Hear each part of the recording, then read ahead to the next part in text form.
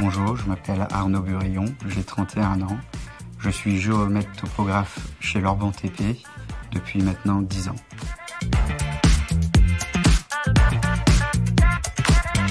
Alors mes missions chez Lorban, ça va être une partie bureau et une partie terrain. La partie bureau, ça va surtout être avant le commencement du chantier. Je vais travailler sur les plans, préparer mes implantations, faire mes plans d'exécution. Ensuite, quand cela est fait, je vais aller sur le terrain une première fois pour faire un premier repérage avant le démarrage du chantier. Une fois que le démarrage du chantier est fixé, je vais avec le chef de chantier sur place et on commence les implantations. Par exemple, sur un chantier de lotissement, je vais commencer par implanter les plateformes bâtiments, ensuite l'assainissement, puis la voirie. À la fin du chantier, je vais faire ce qu'on appelle le plan de récolement. Donc c'est-à-dire que je vais relever tous les travaux qu'on a effectués et ensuite je vais les reporter sur un plan.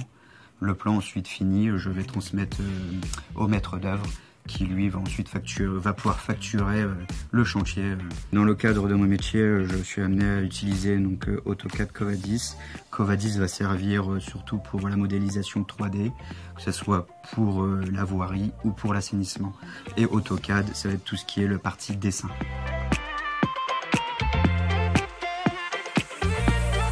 Alors ce qui va me plaire le plus dans mon métier, c'est le fait de pouvoir être indépendant, de pouvoir gérer son planning soi-même et de pouvoir aussi faire le terrain et le bureau en même temps. C'est-à-dire que je gère un chantier de A à Z, je vais faire la partie bureau et la partie terrain en même temps, ce qui n'est pas le cas partout.